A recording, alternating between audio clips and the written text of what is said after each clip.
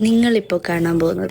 നമ്മളുടെ സ്വന്തം സൃഷ്ടി ചുറ്റും നിന്ന് ആൾക്കാർ കാണുമ്പോഴുള്ള ഒരു പ്രത്യേക അവസ്ഥയുണ്ട് ഗൈസ്.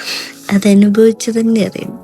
നമ്മൾ സ്വന്തമായിട്ടൊരു സ്ഥലത്തിരുന്ന് ചെയ്യുമ്പോൾ നമുക്ക് അറിയാൻ ബോറാണ് പരിപാടിയെന്ന്.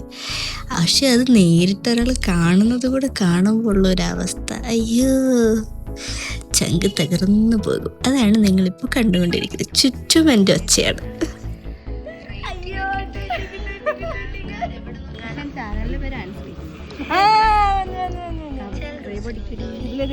ആരെങ്കിലൊക്കെ സബ്സ്ക്രൈബ് ചെയ്യാത്തുണ്ടെങ്കിൽ യൂട്യൂബിൽ പോയാൽ അവിടെ ഉണ്ട് കേട്ടോ ചാനലൊക്കെ.